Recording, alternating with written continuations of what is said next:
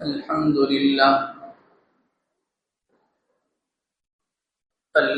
لله نحمده ونستعينه ونستغفره ونؤمن به ونتوكل عليه ونعوذ بالله من شرور أنفسنا ومن سيئات أعمالنا من يهده الله فلا مضل له ومن يضلله فلا هادي له ونشهد أن لا إله إلا الله وحده لا شريك له ونشهد أن سيدنا وشفيعنا وسندنا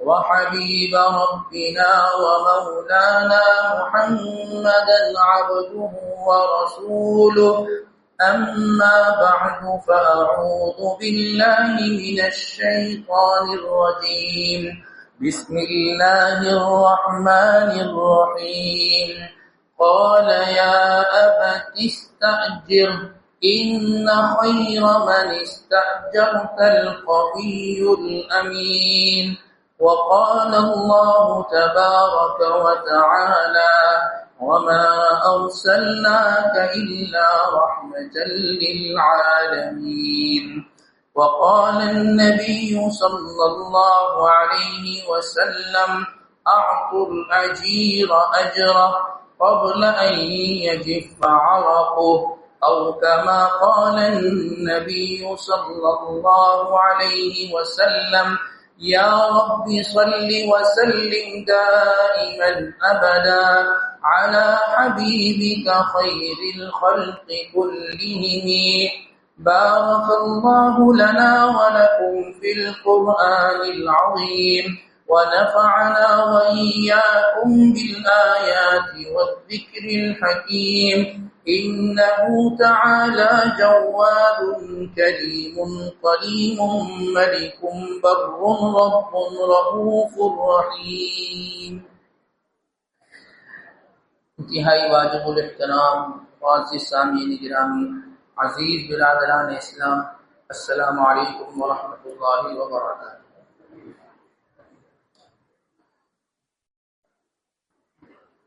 جس طریقے سے اللہ تبارک و تعالی رب العالمین ہے، تمام جہانوں کے مالک ہیں، چرند پرند، انسان، حیوانات، جمادات، وہ چیزیں جو ہم نے دیکھی، جو ہم نے نہیں دیکھی، جن کے بارے میں سنا، جن کے بارے میں نہیں سنا، اللہ تبارک و تعالی ان تمام چیزوں کے مالک ہیں، رب العالمین۔ اسی طریقے سے امام الانبیاء سرکار دو عالم صلی اللہ علیہ وسلم ورحمۃ للعالمین، انسانوں کے لیے، جانوروں کے لیے، چرند پرند کے لیے، ہر ایک کے لیے اللہ تبارک و تعالی نے آپ کو رحمت بنا کر بھیجا ہے۔ اور اس رحمت کا اندازہ اس چیز سے ہوتا ہے کہ آپ صلی اللہ علیہ وسلم نے اپنی حیات طیبہ کے اندر ہر ایک کے حقوق کو بیان کیا ہے۔ والد کا یہ حق ہے، والدہ کا یہ حق ہے، اولاد کا یہ حق ہے، پڑوسی کا یہ حق ہے، بیواؤں کے یہ حقوق ہیں، یتیموں کے یہ حقوق ہیں، پڑوسی کا یہ حق ہے۔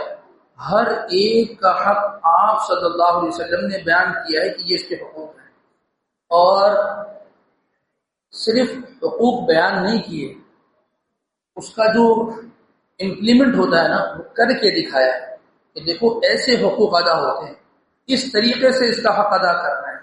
صرف اقوال نہیں، اعمال کے ساتھ جڑا ہوا آپ کا ہر بیانیہ اور آپ کے ہر اقوال کے ساتھ آپ کا ہر عمل وہ جڑا ہوا نظر آتا ہے۔ اسی طریقے سے جس طریقے سے آپ نے بہت سارے لوگوں کے، افراد کے حقوق بیان کیے، اسی طریقے سے آپ صلی اللہ علیہ وسلم نے مزدوروں کے حقوق کو بھی بیان کیا کہ بھی مزدوروں کے کیا حقوق ہیں۔ تو آج کی مختصر سی اس نشست کے اندر ہم مزدوروں کے جو حقوق ہیں جو آپ صلی اللہ علیہ وسلم نے ذکر فرمائے ہیں ان کا تذکرہ آپ کے سامنے ہم کریں. سب سے پہلی چیز یہ ذکر کرنی ہے کہ جی مزدور کسے کہتے ہیں. یہ یوں کہہ لیں کہ مزدوری کسے کہی جاتی ہے. شاہ ولی اللہ محدث دہلوی رحمۃ اللہ علیہ یہ لکھتے ہیں کہ خدمتوں کے تبادلے کو یہ مزدوری کہتے ہیں. یعنی یہ سمجھ لیجیے یا یوں کہہ لیجیے کہ صلاحیتیں جو انسان کے اندر ہوتی ہیں صلاحیتوں کے تبادلے کو جو ہے وہ مزدور یا مزدوری کہتے ہیں. جو آدمی صلاحیتیں اس کا جو مبادلہ کرتا ہے تو وہ آدمی جو ہے وہ مزدور کہلاتا ہے. مثال کے طور پہ میں غلہ بونے کی صلاحیت رکھتا ہوں لیکن بیچنے کی صلاحیت میرے اندر نہیں ہے، وہ آپ کے اندر ہے. آپ بیچنا جانتے ہیں کہ اس چیز کو کیسے فروخت کیا جائے. اب میں نے اپنی صلاحیت کا استعمال کیا، میں نے غلہ بویا، غلہ نکلا، میں نے آپ کو کاٹ کر دے دیا. اب اپنی صلاحیت میں نے آپ کو دے دی، آپ نے اس کی عوض میں مجھے اس کی رقم دی. اب آپ کے اندر صلاحیت یہ کہ آپ بیچ سکتے ہیں. آپ نے اپنی غلہ منڈی کے اندر، مارکیٹ کے اندر، دکان کے اندر مال کو رکھا، آپ نے جو ہے اس کو بیچ دیا، اپنی صلاحیت کو استعمال کیا اور سامنے والے نے اس کو پیسے لے کر تو خریدا اور اس کو جو ہے وہ استعمال کرنا شروع کر دیا. تو یہ جو صلاحیتوں کا تبادلہ ہے یا یہ خدمتوں کا جو تبادلہ ہے اس تبادلے کو مزدور یا مزدوری کہتے ہیں. یہ تعریف لکھی گئی ہے. اور یاد رکھیے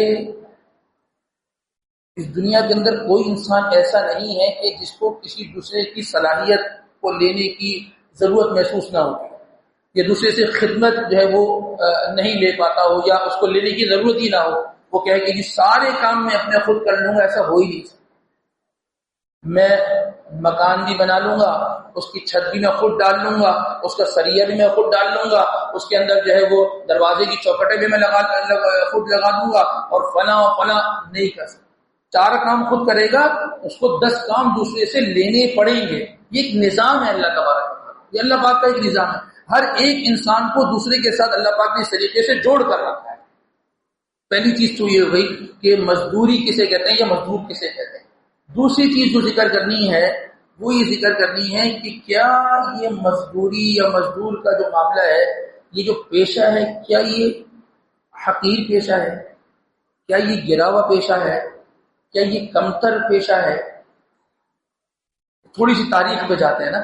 امام الانبیاء سرکار دو عالم صلی اللہ علیہ وسلم نے ارشاد فرمایا، صحابہ بیٹھے تھے، فرمایا کہ اللہ تبارک و تعالیٰ کے جتنے انبیاء گزرے نا ہر نبی نے بکریاں چرائیں، ہر نبی نے بکریاں چرائیں. فرمایا کہ حضرت موسیٰ علیہ السلام نے بھی کس کی بکریاں چرائی تھی؟ حضرت شعیب علیہ السلام. اور کس جگہ چرائی تھی؟ مدین میں بکریاں چرائی. قرآن میں ذکر آتا ہے نا، قالت یا ابت استاجره ان خیر من استاجرت القوی الامین. اے ابا جان، حضرت شعیب علیہ السلام کی بیٹیوں نے کہا کہ اے ابا جان، یہ جو نوجوان ہے نا اس کو ہم اجرت کے طور پر رکھ لیتے ہیں، اس کو ہم مزدوری کے طور پر رکھ لیتے ہیں. یہ کیا کرے گا؟ ہماری بکریاں چرایا کرے گا، ہمارے لیے پانی بھی بھر کے لایا کرے گا. تو ان کو جو ہے مزدوری کے طور پر رکھا گیا. آپ نے مزدوری کی. تو جب آپ نے یہ فرمایا نا کہ اللہ کے ہر نبی نے جو ہے وہ مزدوری کی ہے اور بکریاں چرائی ہیں، تو ایک صحابی فرمانے لگے وانت یا رسول اللہ، اے اللہ کے نبی کہ آپ نے بھی بکریاں چرائی ہیں. آپ نے اگر اللہ بچائے یہ جو پیشہ ہوتا ہے، یہ گرا ہوا پیشہ ہوتا تو آپ کبھی یہ کام نہیں کرتے. نبی کو تو اللہ نے جو رفعت و بلندیاں دی ہم سوچ نہیں سکتے. آپ نے فرمایا کہ نعم، جی ہاں، میں نے بھی فلاں قبیلے کے لوگوں کی بکریاں اتنے دراہم اور اتنے پیسوں کے عوض میں نے بھی چلائی. اور یہ جو محدثین لکھتے ہیں کہ یہ بکریاں ہی اللہ نے اپنے نبیوں سے کیوں چلوائی. بھیڑ بھی تو چلوا سکتے تھے نا، گائے بھی تو چلوا سکتے تھے نا. دیکھیے بکریاں جو ہوتی ہے نا، ہر بکری کا مزاج دوسرے سے بالکل مختلف ہوتا ہے. ٹھیک ہے نا. بکریوں کو سنبھالنا بہت مشکل کام ہے. ایک بکری ادھر جا رہی ہے، دوسری ادھر جا رہی ہے، تیسری ادھر جا رہی ہے. اب سب کو لے کر چلنا، اس کو ادھر سے پکڑنا، ادھر سے پکڑنا، وہ پیچھے رہ گئی، اس کو آگے لے کر آنا بھی مشکل کام ہے. ٹھیک ہے نا. بھیڑ کیا ہے، ایک بھیڑ چل رہا ہے اور اس کے پیچھے لائن چل رہی ہے. ہم دیکھتے ہیں گاؤں دیہات کی طرف کبھی جانا ہوتا ہے تو بس ایک بھیڑ چلی، اس کے پیچھے پورا ریوڑ سیدھے سیدھے چل رہا ہوتا، مالک جناب آگے ہاتھ باندھے آگے چل رہا ہوتا ہے۔ تو یہ جو امت ہے نا، اس امت کے مزاج بھی مختلف ہے، کسی کا ٹھنڈا، کسی کا بہت ٹھنڈا، کسی کا بہت زیادہ گرم، کسی کا مزاج کیسے، کسی کے مزاج کیسے۔ تو انبیاء سے اللہ تبارک و تعالیٰ نے امت کو سنبھالنے کا کام لینا، اور امت کا مزاج بھی مختلف ہے، تو اللہ پاک نے ان کی مشق اس طور پہ کروائی کہ آپ جو ہے نا بکریاں چرائیں۔ حضرت داؤد علیہ السلام کے بارے میں آتا ہے کہ آپ بادشاہ تھے، وقت کے نبی تھے، لیکن آپ کیا بنایا کرتے تھے؟ زرہیں بنایا کرتے تھے، اور ان زرہوں کو آگے جو ہے آپ فروخت کیا کرتے تھے، یہ مزدوری آپ کیا کرتے تھے۔ انبیاء کے بعد ہم خلفاء کی طرف آتے ہیں۔ حضرت ابوبکر صدیق رضی اللہ تعالی عنہ، آپ کپڑا بناتے بھی تھے، بنتے بھی تھے، اور اس کو فروخت بھی کرتے، یہ دونوں کام آپ کرتے۔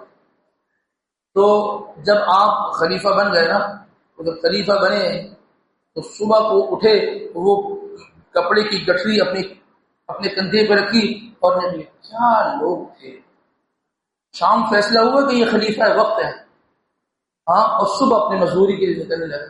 یا کسی کو پتا چل جائے نا کہ اس کا نام نامینیٹ ہونے والا ہے، اس کے پاؤں تو زمین سے 4 فٹ پہلے اوپر ہو جائے، ابھی کچھ ملا نہیں ہے، ابھی عہدے کا حلف نہیں لیا ہے، ان کے نخرے اور ان کے انداز، اور ملنے کے بعد تو پھر وہ فرعون، ہم جو عوام وہ تو مٹی ہے، کوئی حیثیت نہیں رکھتی۔ صبح اٹھائی اور صبح اپنے وہ کپڑے کے گٹھرے کو اٹھایا اور نکلے جی۔ عمر رضی اللہ عنہ روک لیا، جی کہاں جا رہے ہیں؟ تو فرمایا کہ اپنے کام پہ جا رہا ہوں، اپنی مزدوری کے لیے جا رہا ہوں۔ تو فرمانے لگے کہ اگر آپ مزدوری کے لیے جا رہے ہیں اور پیچھے کوئی آ گیا فیصلہ کروانے کے لیے، تو پھر پیچھے کا کیا ہوگا؟ یا پھر کسی ملک کا کوئی سفیر آ جاتا ہے، وہ کہتا ہے کہ ہم نے آپ کے امیر سے ملنا ہے، پھر کس سے ملاقات کرائیں گے؟ بھائی یہ میرا روزگار ہے، تو میں کیا کروں؟ پھر کہا کہ مشورہ کرتے ہیں۔ شام کو آپ کے خلیفہ بننے کے بعد پہلا جو اجلاس بیٹھا وہ اسی پر بیٹھا کہ جی کیا کریں، اگر یہ اس طرح چلے جائیں گے تو پھر پیچھے معاملہ کیا ہوگا؟ حضرت علی کرم اللہ وجہ نے فرمایا کہ یہ یہاں بیٹھ کر ہماری خدمت کریں گے تو ہماری طرف سے جو بیت المال میں جو پیسے جاتے ہیں اس میں سے ان کی جو ہے وہ تنخواہ مقرر کی ہے، یہ ہماری خدمت میں لگیں گے، ہم ان کی خدمت کریں گے، ہم ان کی خدمت کریں گے۔ اور پھر وہی پورا واقعہ ہے، فضائل اعمال میں یہ لکھا ہے کہ جو وہ تنخواہ آتی تھی اور اہلیہ نے جو ہے وہ چاہت ظاہر کی کہ جی ہمیں کوئی گھر میں کوئی میٹھی چیز ایسی ہو جائے، ابھی پیسے جمع کر لو۔ جب جمع کر لیے نا تو کیا پتا چلا، کیا فرمایا؟ اچھا اس کا مطلب ہے کہ اتنی رقم میری تنخواہ میں اضافی ہے، یعنی میری ضرورت سے زائد ہے، اٹھایا اور صدقہ کر دیا۔ اللہ اکبر، کیا لوگ تھے، کیا لوگ تھے، کیا ان کا ایمان تھا، ان کو اللہ اور اللہ کے نبی سے محبت تھی اور ہمیں پیسے سے محبت۔ یہ فیکٹ ہے، یہ حقیقت ہے، ایسے ہی ہے، ایسے ہی ہے۔ وہ اللہ اور اللہ کے نبی سے محبت کرنے والے تھے۔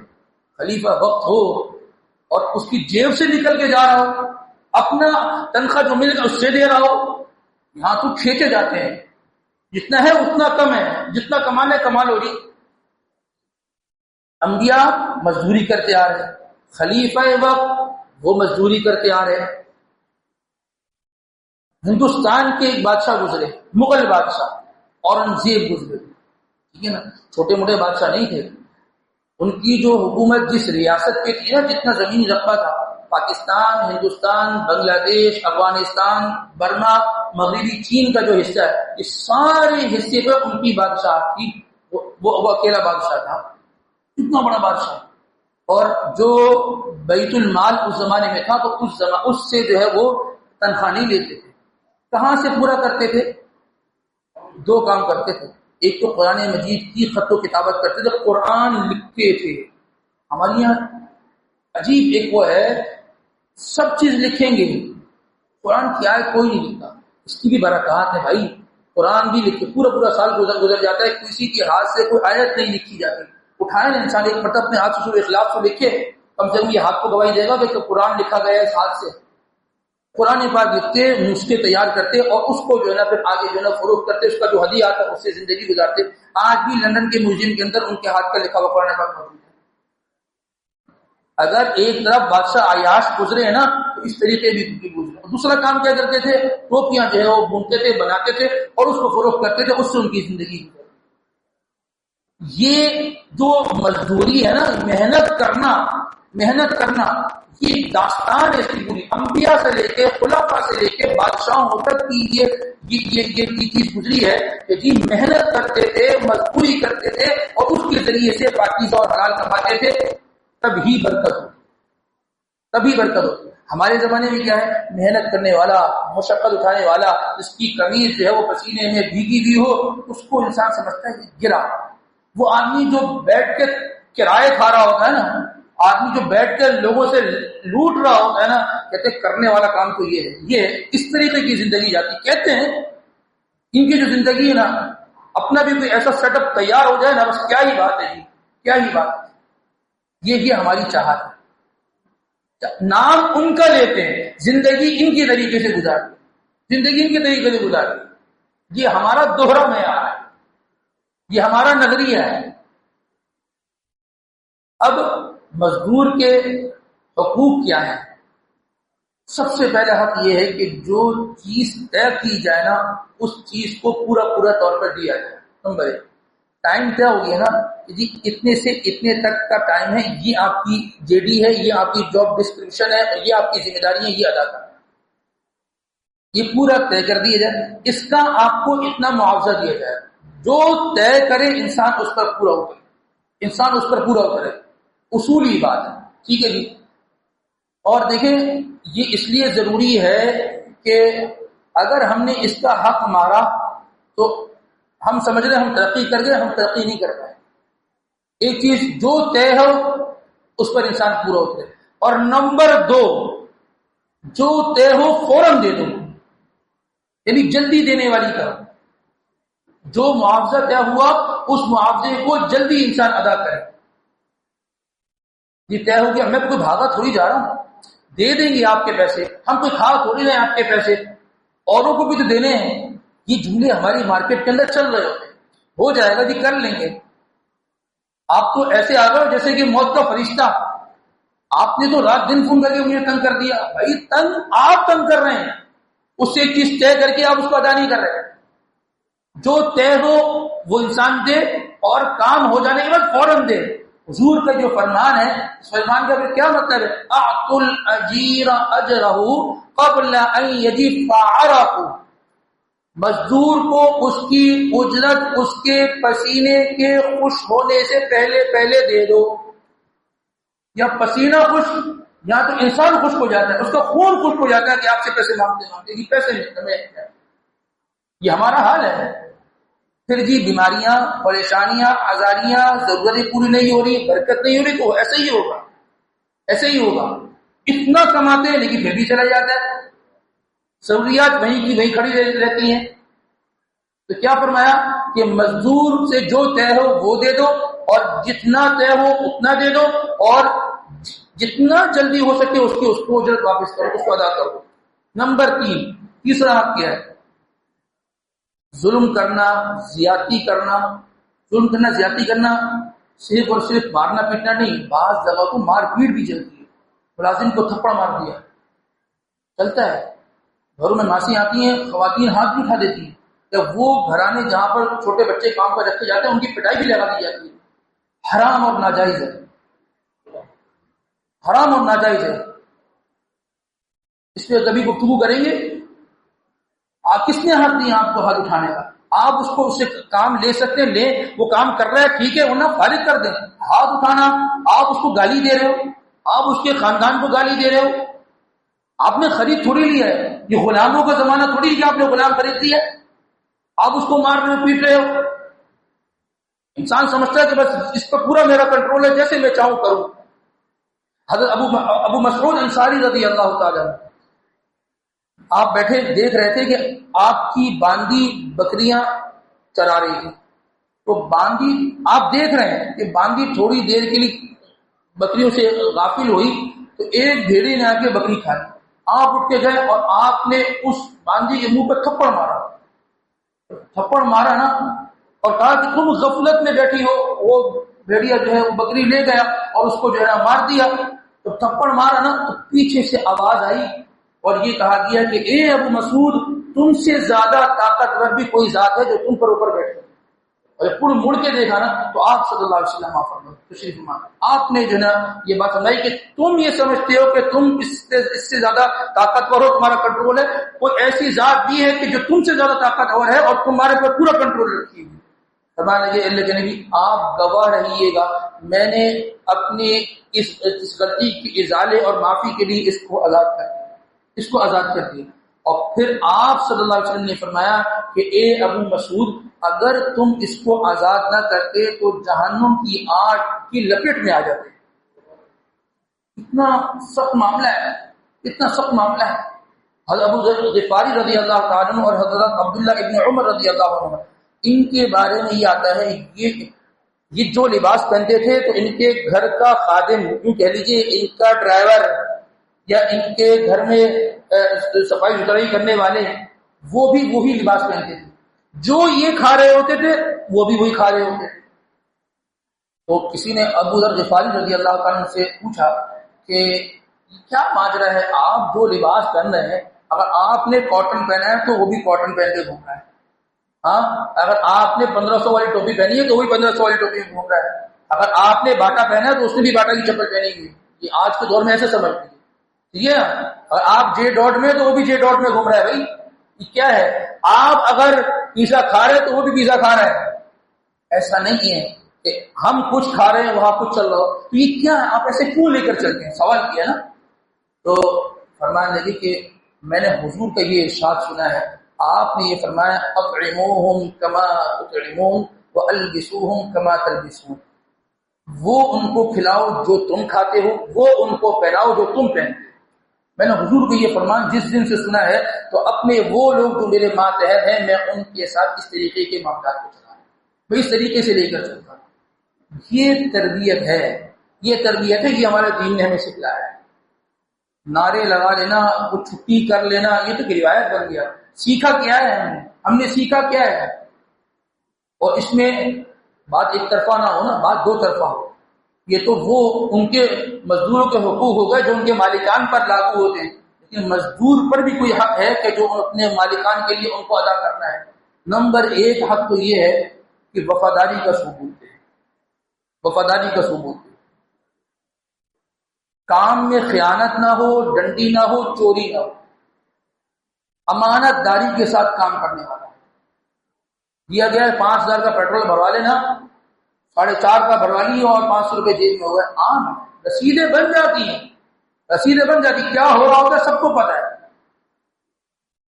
دیکھیں بعض لوگ مزدوری کر رہے ہوتے ہیں نا، وہ پوری زندگی مزدوری میں گزار دیتے ہیں، ٹھیک ہے، وہ دوسروں کے ماتحت مزدوری میں چل رہے ہوتے ہیں. لیکن بعض لوگ ایسے ہوتے ہیں، اب 10 سال کے بعد ملاقات ہوئی، 8 سال کے بعد ملاقات ہوئی، خیریت، ماشاء اللہ نے آپ کو ترقی دی، آپ تو مزدوری کرتے تھے، ہاں جی اللہ پاک نے نظام بنایا، اب میرے ماتحت مزدور کام کر رہے ہو. کیوں ایسا کیوں ہو جاتا ہے؟ بعض مزدوری میں لگے تھے، پوری زندگی مزدوری کر رہے ہوتے. بعض ایسے ہو جاتے ہیں اللہ ان کو ان کے اوپر مالک بنا دیتا ہے اور ان کے ماتحت مزدور آ جاتے ہیں. کیونکہ جب وہ مزدور تھے تو دیانتداری کے ساتھ کام کرتے تھے، اللہ نے نظام چلایا کہ وہ مزدور پھر وہ مالک بن گیا، اللہ نے اس کے ماتحت لوگوں کو چلا دیا. لیکن بعض ہیں کہ جو ڈنڈیاں مارتے تھکتے نہیں، پھر اللہ نے بھی نظام ایسا باندھ دیا کہ تم لوگوں کے ماتحت ہی رہو گے، تم دہاڑی پہ چلتے رہو گے اور تم لوگوں کی خدمت ہی کرتے رہو گے تمہاری اس عمل کی وجہ سے. ڈنڈی مارنا، چوری کرنا، اس طریقے کے معاملات یہ اللہ تبارک و تعالیٰ کو پسند نہیں. اور اس ایسے بھی ہوتا ہے، بعض لوگ ہوتے ہیں کہ جو مالک ہوتے ہیں ان کے ماتحت مزدور کام کر رہے ہوتے ہیں. وقت گزرتا ہے، ان سے ملاقات ہوتی ہے، یہ حضرت خیریت، یہ کیا حال ہو گیا؟ آپ تو اس دکان، اس اسٹور کے، آپ اس کمپنی کے مالک تھے، آج یہاں پر امپلائے، آپ یہاں پر آج مزدوری کے طور پر کام کر رہے ہیں. ہاں جی بس وہ کیا کریں، حالات ایسے آئے، سب کچھ ختم ہو گیا، میں خود ایک مزدور ہوں. کیوں؟ کیونکہ اپنے ماتحتوں کا خیال نہیں رکھا، سراسر ظلم اور زیادتی کرتے رہے. کہ جس اللہ کا نظام چلا وہ تو پلٹا ایسے کھاتا ہے نا، اوپر والی چیز پھر نیچے ہو جاتی ہے. پھر جو مالک تھا وہ کیا بن گیا، وہ پھر مزدور بن گیا، پھر وہ نوکر بن گیا، اور پھر وہ وہاں پر خدمت کرنے کے لیے وہ کھڑا ہو گیا۔ تو عزیز دوستوں، دونوں طرف سے جو ہے آدمی کو خیال رکھنا چاہیے۔ جو حاکم ہے، جس کے ماتحت مزدور کام کرتے ہیں، وہ بھی اللہ سے ڈرتا ہے، اللہ سے ڈرتا ہے، اور جو مزدوری پہ کام کر رہا ہے وہ بھی اپنی مزدوری کو حلال کرے۔ آفس میں جو ٹائم دیا ہے وہ آفس کا ٹائم ہے، وہ فیس بک کا ٹائم نہیں ہے، وہ موبائل فون کا ٹائم نہیں ہے، وہ کالوں پہ بات کرنے کا ٹائم نہیں ہے، وہ آفس کے نام پر نکل کے گھومنے پھرنے کا ٹائم نہیں ہے، وہ کام نہیں ہے۔ اپنی تنخواہ کو حلال کرے۔ کوئی نہیں دیکھ رہا، اللہ تو دیکھ رہا ہے نا، اللہ تو دیکھ رہا ہے نا، ٹھیک ہے۔ کسی کو نہیں پتا چلا پوری تنخواہ لے لی، پورا لے لیا، اس سے زیادہ ہی کچھ لے لیا۔ بہت سارے راستے ہوتے ہیں، لیکن جس راستے سے آئے گا نا اس راستے سے واپس جائے گا، لیکن جتنا آئے گا زیادتی کے طور پہ اللہ پاک اس سے ڈبل انسان کے پاس سے نکال دیں گے۔ اور انسان جیسے کنگال تھا، جیسے ماتحت تھا، جیسے مجبور تھا، پھر وہ اس سے زیادہ مجبوری کی طرف چلتے چلے جا رہا ہوتا ہے، اور پھر کہتے ہیں کہ جی اصل مہنگائی ہے۔ اصل یہ معاملات ہیں، مہنگائی معاملات وہ سب کے ساتھ ہیں، لیکن آپ کے ساتھ جو معاملات ہو رہے ہیں وہ آپ کے اپنے اعمال اور آپ کے اپنے کرتوت کا نتیجہ ہے۔ اللہ تبارک و تعالی ہمیں اپنے پیشے کے ساتھ، اپنی جو ہے وہ کاروباری زندگی کے ساتھ، یا اللہ تبارک و تعالی ہمیں مخلص ہونے اور دیانت دار ہونے اور امانت دار ہونے کے اللہ پاک ہمیں توفیق نصیب فرمائے۔ وآخر دعوانا الحمد للہ رب العالمین۔